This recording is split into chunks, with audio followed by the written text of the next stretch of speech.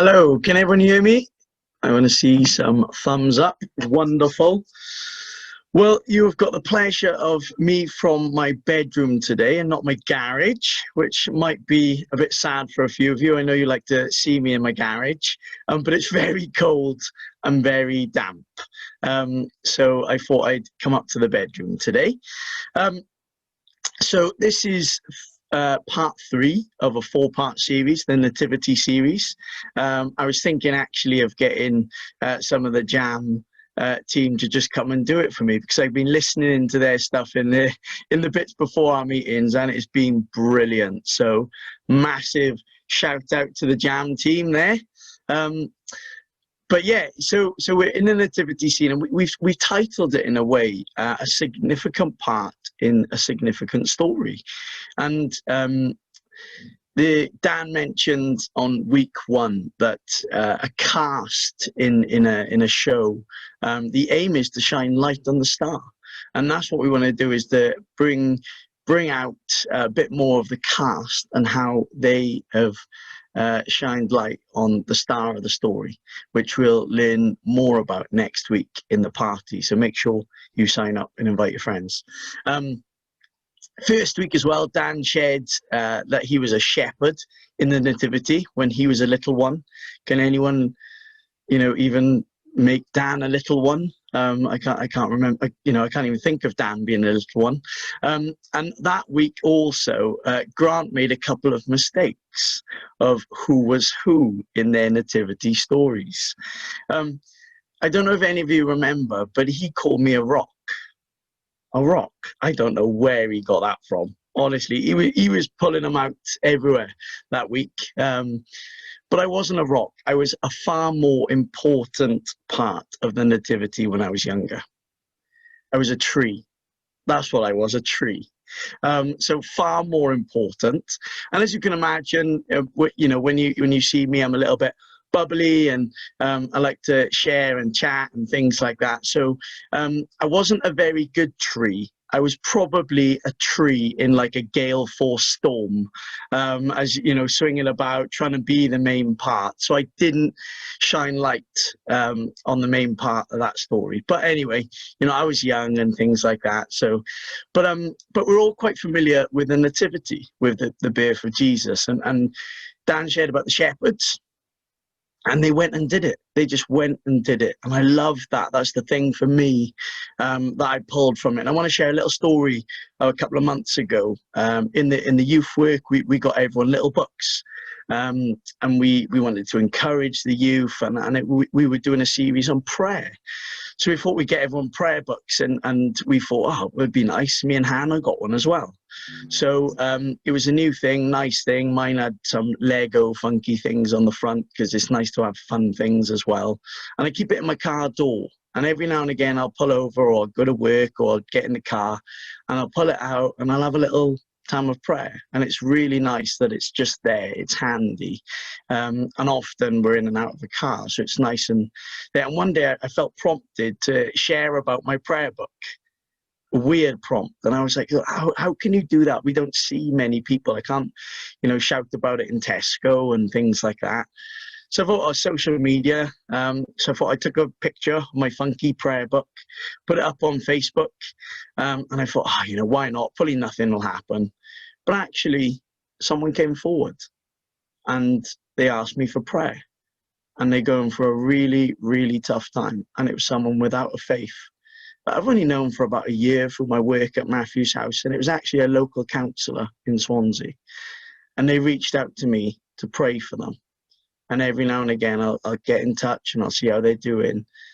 And what an opportunity that was. And it was teaching me, we've probably all been taught it a million times in a different ways about sometimes we just got to do it, just like those shepherds. And I did it then, and I was hugely encouraged. So I just want to encourage you guys for that. And then Hannah talked about the wise men, and even though the journey was long and hard, they fixed their eyes on Jesus. And it wasn't straightforward. They turned up the wrong place first, but they didn't turn back. They carried on going. Isn't the nativity story great? Like all these different roles in the story. So today I'm going to take you on a journey and it's the journey of Mary and Joseph. It also comes with a little bit of homework.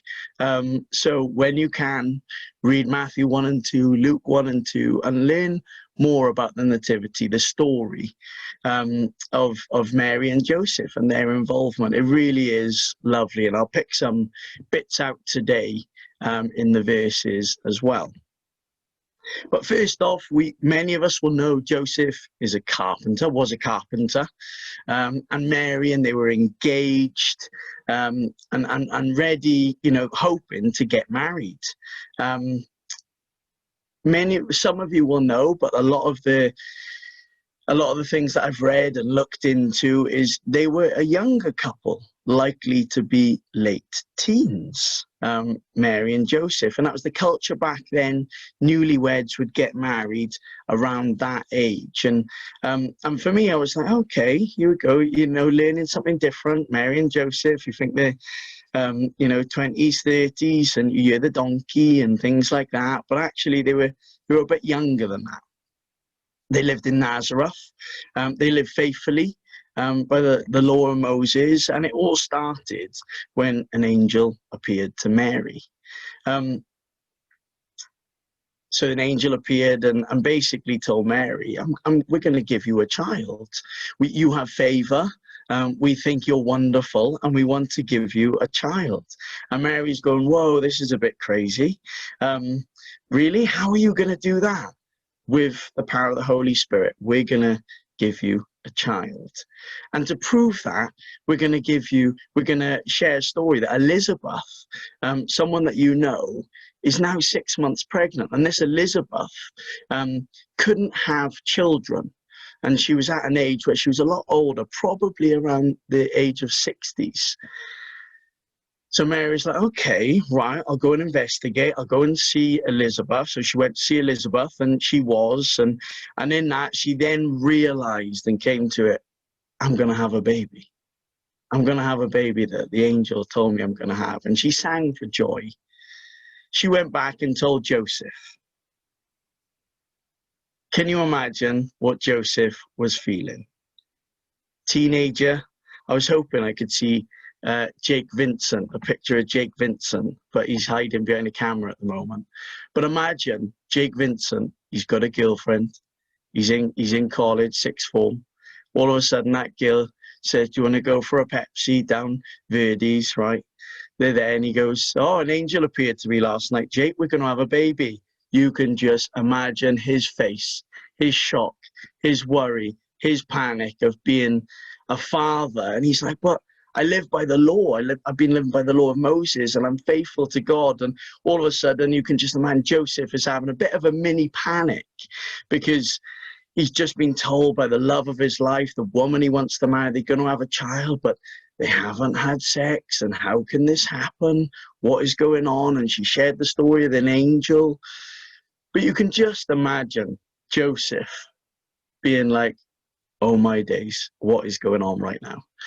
So he goes to bed anyway, torn by faithfulness of the law of Moses, thing that he wants to honor God with, but then also an angel turning up to Mary and sharing about the child she's going to have. But then in a dream, Joseph also sees an angel, and the angel shares with him, we want you to be with Mary, and we want you to call that baby Jesus. And for him, obviously, that moment kind of sealed the deal. But you can imagine that little bit of panic it all started with. And again, youngsters, young people, not even married yet, society now thinking, what? Like, you're not even married and you're going to have a child? And now you're telling us that this child is going to be Jesus, King of Kings? It's quite a difficult situation when you look at it. Then in that area, that time, a census was ordered where they had to go and register people.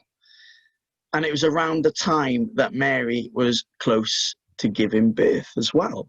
As a lot of us will know that she arrived in Bethlehem, and no room in the inn, and Jesus was born in a manger. But what's something really really challenging that I've read, something I never saw in the Nativity before, is they had to travel all the way to Bethlehem. We know that.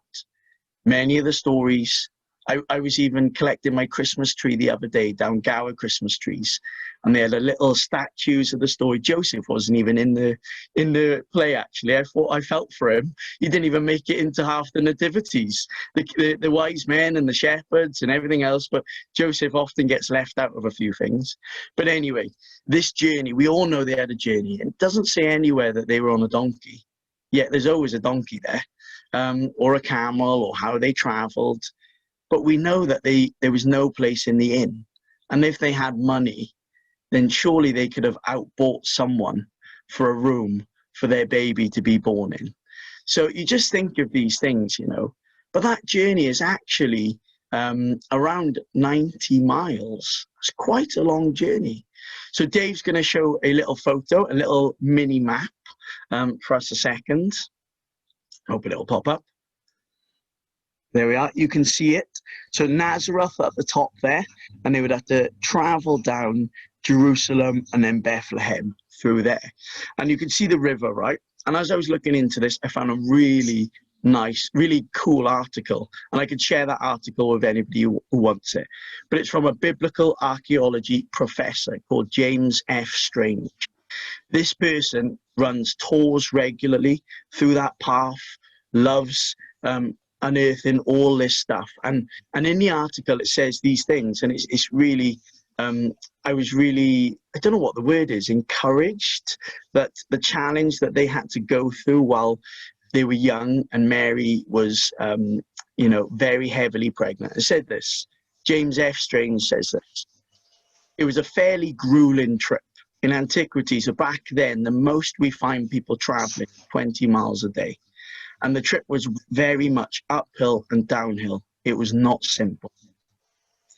The trip through the Judean desert would have taken place during the winter, when it was in its 30s during the day and rains really bad at night. It was nasty, miserable, and at night would have been freezing. So you can imagine Mary heavily pregnant at this time. Strange suggests that they couldn't do more than 10 miles a day in her condition. I could barely do 5 miles a day in my condition, never alone that. But they also mentioned the heavily forest areas around the River Jordan. There were bears, lions, boars, and it referenced bandits and robbers, the pirates of the desert. And archaeologists have actually unearthed documents warning travelers of the dangers of these forests and this journey. So you can imagine this young couple carrying the King of Kings, not even born yet, 90 miles through all of this to get to Bethlehem. And I like to kind of bring things a little bit to life. And this is for us, it's like us all in Swansea at the moment, thinking, oh gosh, we've got to travel now. And it's the same distance as us to walk to Cheltenham with a solid pace. Take us about 5-6 days straight, so no stopping. And I referenced the River Jordan, like getting through Cardiff and Newport. Imagine the troubles you get through there, trying to get to Cheltenham. So anyway, they arrive at Bethlehem. Jesus is born, and it references in Luke 2:19 there that there was lots of visitors. This is where the shepherds would have come, and there's likely family around at that time because that's where they were from. And there's this lovely bit where it says, Mary treasured up all these things and pondered them in. How wonderful is that? It's lovely, that is, isn't it? Just the thing of Jesus being born, you're having this child, and you've got family around and all these things. And she treasured up these things, all the gifts, the kindness, and pondered them in her heart. Then they had to go, so they stayed there for a little while. Then they had to go to Jerusalem. This is where, in those days, people would present their firstborns to the Lord. And it's like a little bit of a blessing that we would say today, that we bless our children and stuff like that. And in Luke 2, verse 40 says, even when Jesus was a baby, Luke 2, verse 40 says, and the child grew and became strong because of this. He was filled with wisdom, and the grace of God was on him. So already he was, even a baby, people knew he was different, he was set apart. So they returned to Nazareth where they lived, and then we don't hear much about it until Jesus is 12 years old.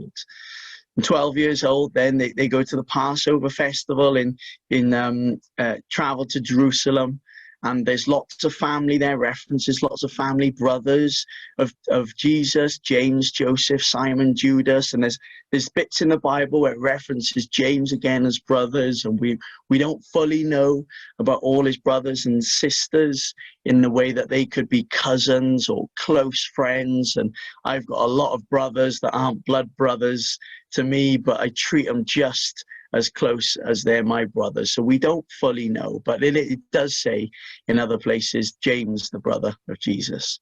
And what they did is they had such a good time. It's like us going to Catalyst. This is what I was thinking when I read this bit. Us going to Catalyst, all of us lot going there, all brothers and sisters, all enjoying this festival, absolutely enjoying being in the presence of God and friends and brothers and sisters. And we all jump on the bus back to Swansea. We've travelled a day and we've left Thomas Rees there. Imagine that. It's definitely something I could see us doing. But we left Thomas Rees there and we've gone, oh my gosh, we've got to go back and get him. So we rush back and get him. Simon's saying, no, leave him there. But no, we would go back and get him. We love Thomas. But it took about 3 days from leaving him there to realizing to coming back. And when they got back to the temple courts, they found Jesus sitting there with the teachers, asking questions and listening. And it says, as they were listening to Jesus, they were amazed. From that story again, it says, and Jesus grew in wisdom and stature and in favor with God and man. But as soon as Mary and Joseph were there, he was obedient to them and went back to Nazareth. And these are just little snippets of the life of Mary and Joseph. They weren't perfect. They left him behind. But they were doing the best job they could. From then, Jesus was baptized around 30 years old, and that's when his ministry started. So back to Mary and Joseph. Mary, in John 19, verse 26, it shares the bit where Jesus is on the cross. He looks down and he sees John and Mary there, and he says to John, take my mother, look after this woman. He says to Mary, take John and look after my good friend. And he says that as he's up there, you know, in his last days. And that was one of the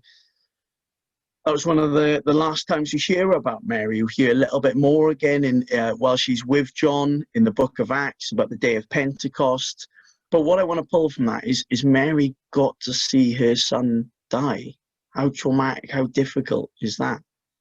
But it also indicates around all those times that Joseph wasn't there, that he probably had passed away before that point. And these are little things that until you dive into the story of Mary and Joseph and their part in looking after Jesus, in their part of this story, alongside so many other crucial parts, what did they do? How did they shine light on the star of the show? And they did a whole lot. But one thing I want to pull out is their faithfulness as parents, as people, in doing what God had called them to do and doing it the best they could. So what do I want to get from this story? Mary was a teenager. She traveled all that way before the birth of Jesus. She mothered him for those 33 years. And her command, that angel, 33 years before his death, came to her and said, I want you to be a mum to the King of Kings. That's the calling she had on her life. Joseph, also a teenager, it wasn't even his own son. And it started with a mini meltdown. But you know what? We know Jesus. We don't just know Jesus as the Messiah and things like that, but we know Jesus the carpenter, because Joseph did such a good job in bringing him up. He taught him every single thing he knew. We know Jesus was fully man and fully God. It teaches us that in the Bible. And this means that he was fully baby. This means that nappies and the sleepless nights and all that needed a lot of faithfulness as well. It also means he was fully toddler, terrible twos. And I could see Gwenny tearing things up and Louisa chasing her around with there. But I've got a photo, right, of Jesus when he was 2 years old that we're just about to show. So Dave, can we show that? This is a photo of Jesus, right? An actual photo. And baby Jesus, just like this too. He was fully man, he was fully God, he was fully baby, he was fully toddler. So we got to give it to Mary and Joseph. They still had a lot on their hands.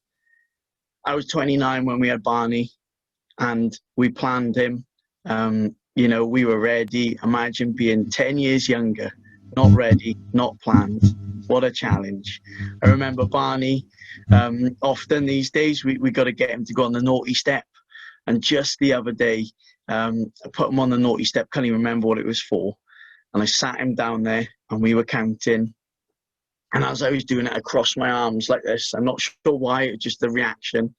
He stood up in front of me, crossed his hands, looked at me and started counting at me.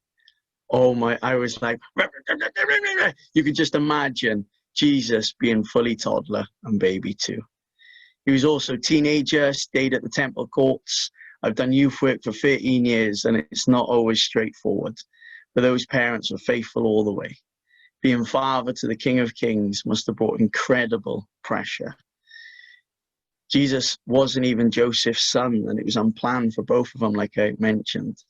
And a sudden visit from angels changed their entire plans because they had favor with God. One thing I picked on is all the faithfulness that Joseph had bringing up Jesus. He wasn't around. It didn't show that he was around of the days of Jesus' miracles where he started his ministry. And again, they didn't always get it right when they left him behind.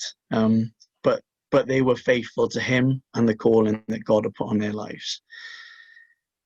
There's another, Dave, you can show the next slide. And this is something that I picked up about faithfulness. And it was something I loved it, absolutely loved it. And it says this: faithfulness is the concept of unfailingly remaining loyal to someone or something and putting that loyalty into consistent practice regardless of extenuating circumstances. That's what Mary and Joseph were doing. An angel turned up to them and they thought, yep, we're going to do this. We're going to take it with both hands. I don't think Mary had much of a choice, to be honest.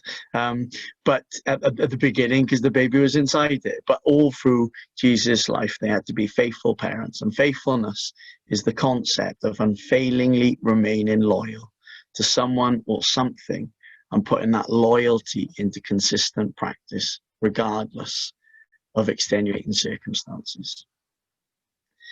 So we've learned a little bit about Mary and Joseph, about what their part was, the faithfulness they had in being parents, in being a mum and dad, and that was the calling they had on their lives. It doesn't say that every year for 30 years an angel turned up and told them what to do. It doesn't say that the Holy Spirit shared this and that and encouraged them and this. It said 33 years before Jesus' death, an angel turned up and gave them a calling on their life that they were to continue to do all his days. So I got a challenge for all of us. It's a challenge for me, and I've loved it all the way through looking at this. One is we want to listen to God. We want to know what he's asking of us. How is he telling us? And then how faithful are we being to the calling he's put on our lives? Many of us just faithfully need to be brothers, sisters, mothers, fathers, sons and daughters, and really do that as faithfully as we can. It may be like Joseph, that we won't fully see the fruits of our faithfulness. It may be like Mary, as we witness the joys, we also witness the pain. It may be that we've heard a whisper from God many, many moons ago, and we have to keep trusting that whisper and being faithful to God. And someone said recently that a new calling on our lives, it doesn't mean it replaces everything else God has taught us or shared with us, but it complements that. And would we do it differently if we knew the outcomes of our faithfulness? Either way, we are called to be faithful and to listen to what God has called us to be. In a minute, I'm coming to the end of the talk, and in a minute, we're going to play a song. And through that, I want to encourage us all, even myself, to lean into the whispers God has already told us. But if you feel he hasn't, or we're not quite sure, I want to use this time to ask him to reveal a little bit more about the calling he has on our lives. Then I want to encourage us, are we being faithful to that? Just like Joseph and Mary, we're being faithful mother and father to Jesus. So I'm just going to pray before we go into this song. It's called Mary, Did You Know? It's often played a little bit more around Christmas time. It's a lovely song. My wife Hannah absolutely loves it as well. It's a real great song, and it is like Mary and Joseph were cast in this special story. We get to know loads more about Jesus and his part, and it all next week at the party. But I just want to encourage us that, you know, the nativity, what the world sees and things like that, some things aren't always like that. And it's really good to read into the Bible, read into those scriptures, read into those stories. So I'm going to pray for us now before we go into that. But it's remembering those challenges to lean into those whispers and what calling has God put onto our lives. And are we being faithful? God, I thank you so much that you trusted teenagers to bring up your one and only son, to clean his nappies, to love him and guide him into a life that would change the whole world. I thank you that you didn't choose a couple we would choose. People who've been parents many times before, but you see this world and your children differently. I pray you reignite old whispers. You reveal more of our calling for the roles we are playing in this story. I thank you that the hill builds on gifts, and you are the one that blesses us with them. I pray that throughout this journey, whether we experience the pain that Mary did or miss out on the glory that Joseph did, that you can help us remain faithful always. Amen.